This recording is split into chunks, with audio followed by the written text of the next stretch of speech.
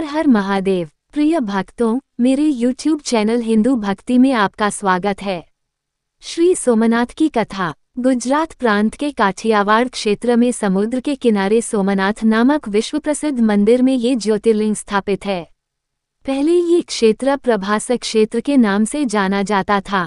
यही भगवान श्री कृष्ण ने जरा नामक व्याध के बाण को निमित्त बनाकर अपनी लीला का संवरण किया था। यहाँ के ज्योतिर्लिंग की कथा का पुराणों में इस प्रकार से वर्णन है। दक्ष प्रजापति की 27 कन्याएं थीं। उन सभी का विवाह चंद्रदेव के साथ हुआ था, किंतु चंद्रमा का समस्त अनुराग व प्रेम उनमें से केवल रोहिणी के प्रति ही रहता था।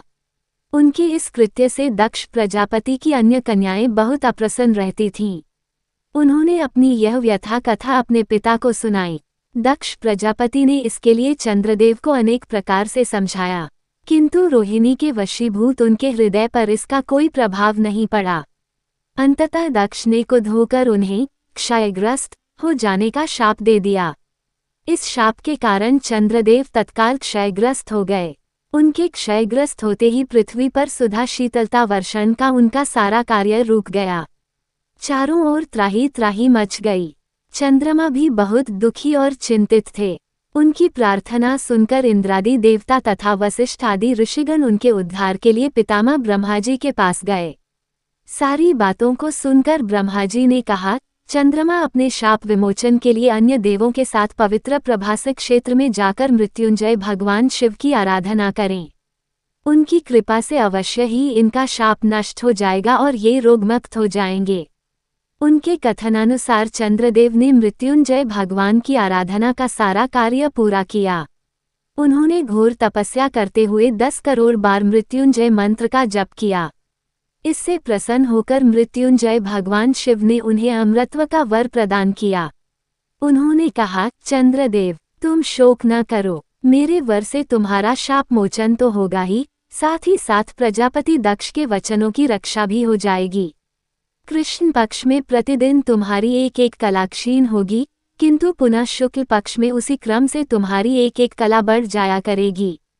इस प्रकार प्रत्येक पूर्णिमा को तुम्हें पूर्ण चंद्रत्व प्राप्त होता रहेगा। चंद्रमा को मिलने वाले इस वरदान से सारे लोगों के प्राणी प्रसन्न हो उठे।